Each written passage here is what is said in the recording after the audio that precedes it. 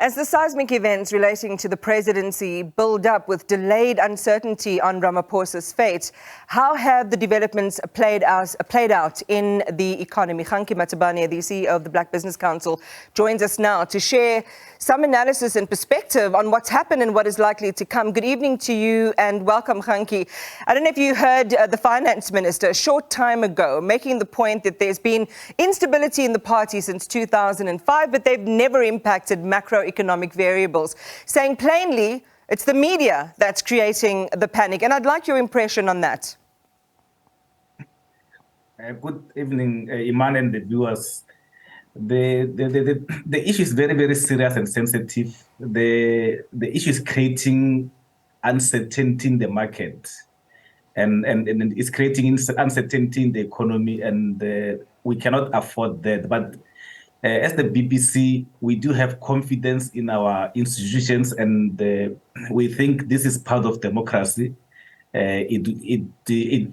Similar things have happened before. This type of things will happen, and it's a test to our democracy. And hence we are saying those institutions that are dealing with this matter, they should deal with it with the agency that it deserves, because the country cannot afford this uncertainty for a longer period. We need to come to a situation where we're saying the matter has been closed, whichever way it gets closed.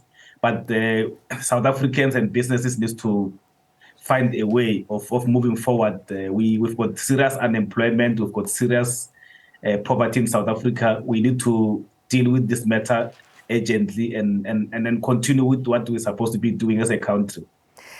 I mean, it's interesting, Kganki, that you frame it in that way, that we have the institutions to kind of shore up and absorb some of the seismic shocks that an announcement or a situation like this can have on the economy and the market. But the reality is that things are happening.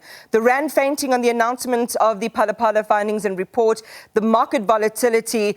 We had news reports a little bit earlier on of consumer goods companies like Premier, for example, icing their proposed listing on the JSE, and they're citing volatility. It will be interesting to hear how your constituents in the BBC are taking the long and the short-term view then against the backdrop of, very uncertain movements in the market.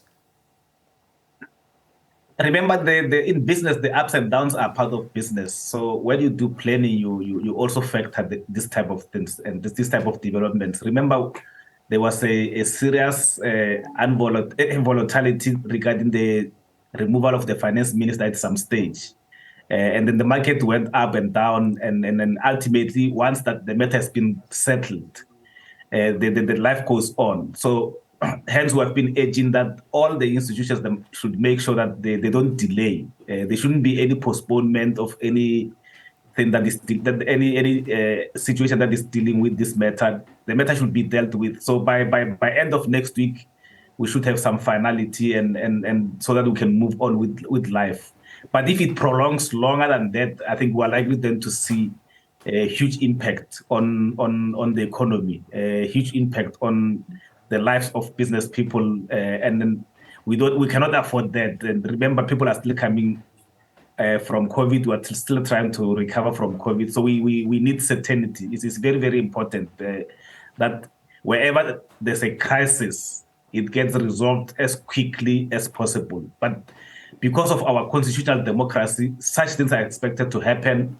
They may not happen when and where in a way that people want them to happen. But we do have strong democratic principles and democratic institutions. The reason why we're even talking about this report is because of our democratic institutions and principles. Otherwise, in other countries in the continent, something like this will never happen.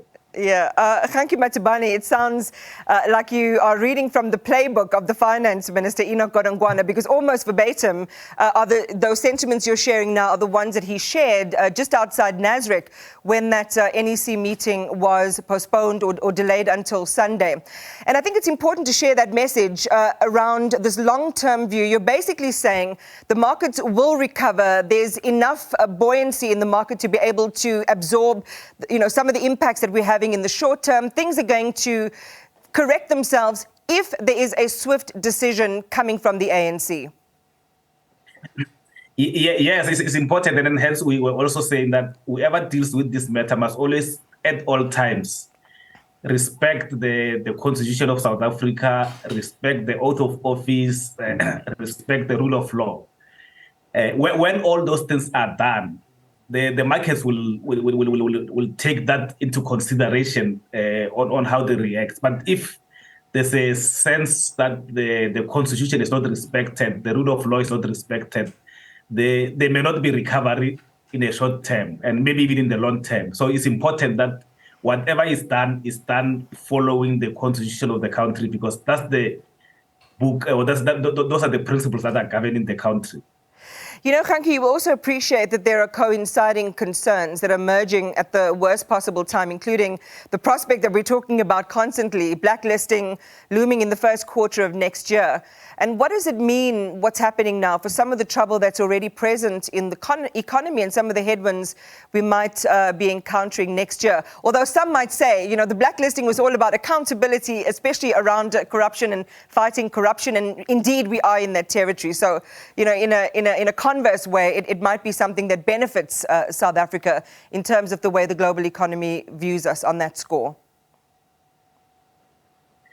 Yeah, it's just unfortunate, but remember in life, there's a saying that says, when it rains, it pours. So it's just unfortunate that these things are happening at the same time.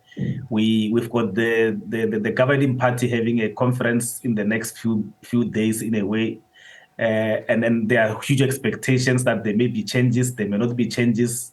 The economy, as I said, is still trying to recover from COVID. We've got this huge cloud sitting on our head called Eskom, and we were hoping that the focus of the country should be to make sure that we resolve Eskom, because if you don't resolve Eskom, as you have seen with this SA releasing the results, the Eskom is the biggest and most important issue that we must deal with. It affects basically everything. Recovery cannot happen.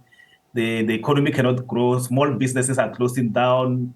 It's just some of the things that needs to be resolved. And we hope that even after the ruling party goes to conference, whoever gets elected, they will be able to deal with that issue and deal with it as swiftly as possible. Kganki Matabane, CEO of the Black Business Council, thank you for talking to us tonight.